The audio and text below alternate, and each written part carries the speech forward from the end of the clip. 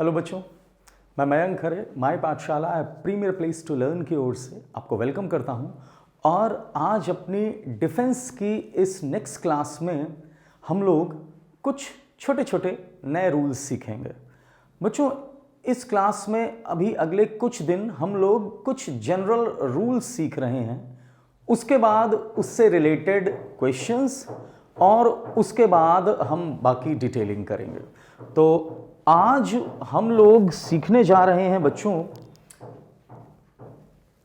जिसका नाम है इन्फिनिटिव्स।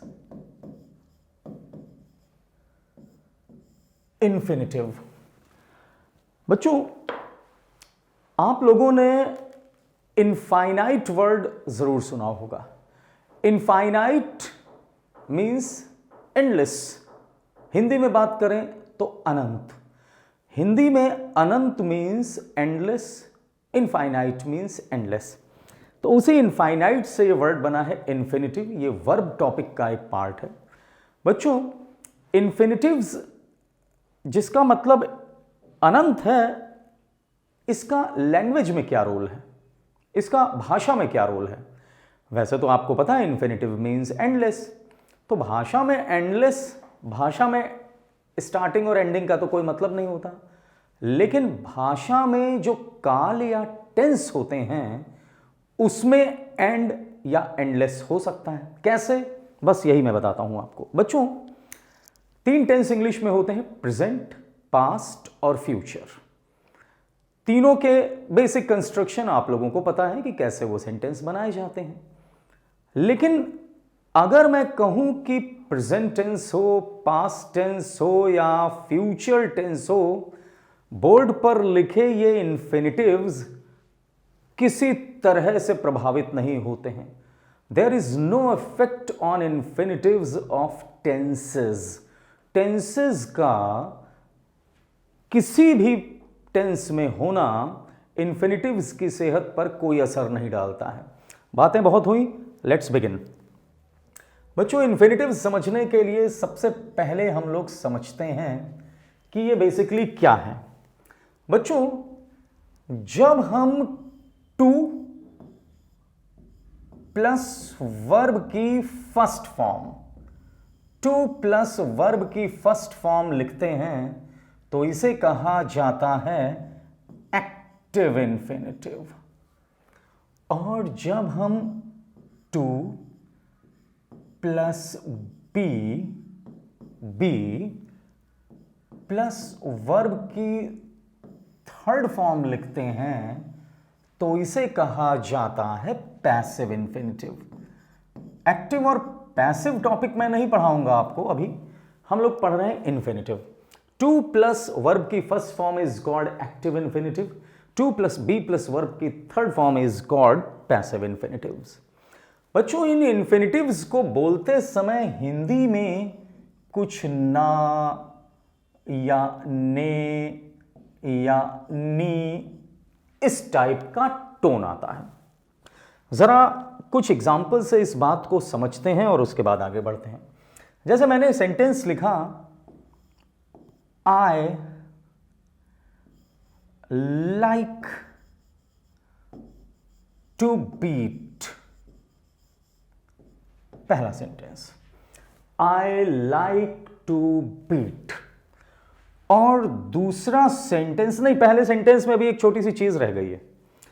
आई लाइक टू बीट, क्या इसमें बच्चों को इन्फिनिटिव दिख रहा है? यस, टू प्लस वर्ब की फर्स्ट फॉर्म, ये इन्फिनिटिव है।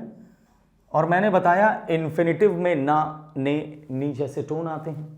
तो आई लाइक टू बीट, इसका मतलब हो गया पीटना। मुझे पीटना पसंद है, ऐसा कोई भी कह सकता है। ओके, अब बच्चों मैं पहुंचता हूं इसके पैसिव इन्फिनिटिव पर। I hate to be beaten. I hate to be beaten, इसको भी मार्क कर लेता हूं, ब्लॉक कर देता हूं। राइट। गेस करिए कि टू बी बीटन का मतलब क्या हुआ। इसका मतलब हो गया बच्चों पिटना। अब आपसे सवाल, क्या पीटना और पिटना दोनों सेम हैं या दो अलग अलग चीजें हैं? जी बिल्कुल ऑपोजिट चीजें हैं। तो अब मुझे एक छोटी सी बात समझ में आई कि इन्फिनिटिव्स एक्टिव में होंगे तो उनका मतलब कुछ और निकल रहा होगा, पैसिव्स में होंगे तो उनका मतलब कुछ और निकल रहा होगा। जैसे इस सेंटेंस में I like to beat, I hit to be beaten. एक एग्जांपल और करते हैं। अगले सेंटेंस में मैं लिखता हूं, बच्चों आप इसे सच समझिएगा, वैसे झूठ है। एक दिन मुझे एक मछली मिली, एक दिन मुझे एक मछली मिली स्माइल करती हुई। वाह, ग्रेट ड्राइंग। एक दिन एक मछली मिली बच्चों मुझे, और उस मछली ने मुझसे कहा, I like to eat. I like to eat. क्या मतलब हुआ इसका? मुझे कुछ भी खाना पसंद है। I like to eat. उसी मछली ने मुझसे कहा, I don't like, I don't like to be eaten. I don't like to be eaten. Guess करो इसका क्या मतलब होगा? आई लाइक टू ईट मतलब मैं कुछ खाऊं तो मुझे बड़ा पसंद आता है, और आई हेट टू बी या I don't like to be eaten कि कोई मुझे ही खा जाए, ये मुझे पसंद नहीं है।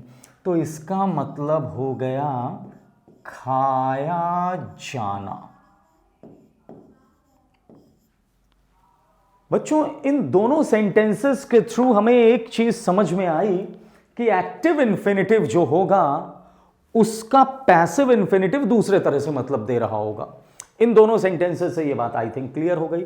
आई लाइक टू बीट, मुझे पीटना पसंद है। I don't like to be beaten, मुझे पिटना नहीं पसंद है। खाना पसंद है, कोई मुझे खा जाए ये नहीं पसंद है। इतनी बात हम लोगों को समझ में आ गई। अब बच्चों तुम लोगों से एक क्वेश्चन पूछता हूं मैं, and that question is, movie is to watch,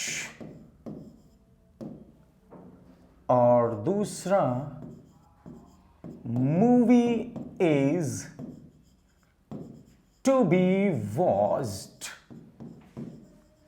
movie is to watch, movie is to be watched। क्या बच्चों इन दोनों सेंटेंसेस में क्या डिफरेंस है जो अभी अभी हमने सीखा था? क्या आप गेस कर सकते हैं? Movies to watch, movies to be watched. ऐसे ही मैं एक और सेट ऑफ सेंटेंस, ये है नंबर 1। नंबर 2 लिखता हूं, मैच इज टू प्ले, और इसी का passive, match is to be played. Match is to play, match is to be played. Guess करिए बच्चों इन दोनों में से किसी भी एक सेंटेंस के इन दोनों पार्ट्स का डिफरेंस, किसी भी एक सेंटेंस के। तो अब आपके मन में यह आ रहा होगा कि मूवी देखनी है, मूवी देखी जानी है। तो मूवी देखनी है, मूवी देखी जानी है, या मूवी देखने के लिए है, तो इन सब बातों का तो एक जैसा ही मतलब निकल रहा है। मैच खेलना है, मैच खेला जाना है, ये तो एक जैसा मतलब हो रहा है। यहां से आपको एक छोटी सी चीज बहुत अलर्ट होकर देखनी पड़ेगी। बच्चों अभी इसके पहले वाले जो क्वेश्चनियर थे, आई मीन रूल था, उसमें मैंने बताया कि I like to beat I hate to be beaten. मछली ने मुझसे कहा I like to eat, I don't like to be eaten. उन दोनों सेंटेंसेस में कोई लिविंग थिंग थी, है ना, लिविंग थिंग थी, जिसका एक्टिव में मतलब कुछ और निकला, पैसिव में कुछ और निकला। लेकिन क्या हमारे इन दोनों सेंटेंसेस में ये जो सब्जेक्ट्स, प्रोटैगनिस्ट या मेन कैरेक्टर हैं, ये लिविंग हैं या नॉन लिविंग हैं? मूवी या मैच, निर्जीव या सजीव? तो नेचुरली ये निर्जीव हैं। तो एक रूल है कि अगर कभी भी नॉन लिविंग चीजें हों, हिंदी में जिसे कहा जाएगा निर्जीव, अगर कभी भी निर्जीव ऑब्जेक्ट्स हों तो भूल कर भी उनका एक्टिव इन्फिनिटिव नहीं बनेगा। कभी भी उनका एक्टिव इन्फिनिटिव नहीं बनेगा, सिर्फ पैसिव इन्फिनिटिव बनेगा।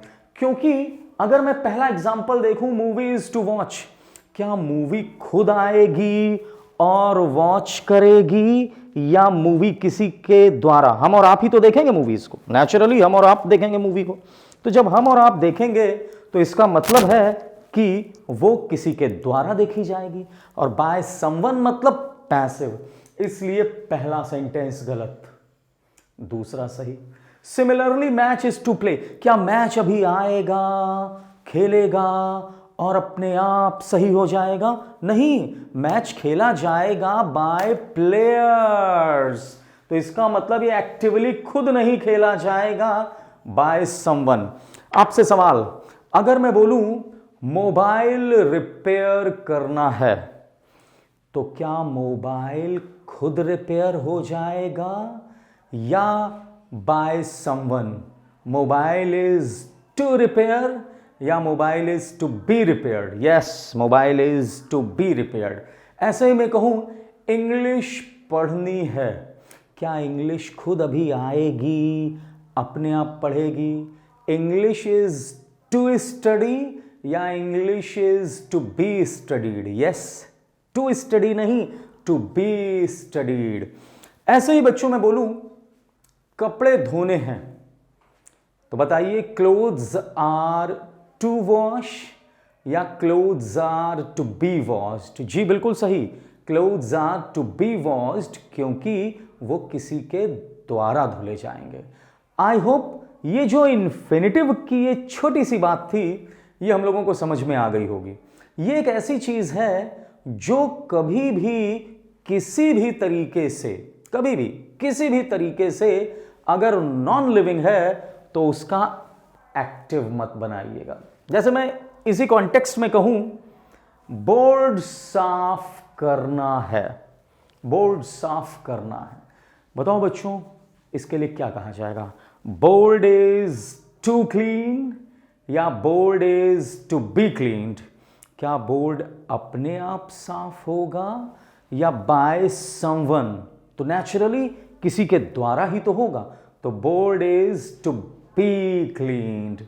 ये इन्फिनिटिव का एक छोटा सा रूल था और आई होप कि आप लोगों को ये बात समझ में आई होगी। Thanks a lot.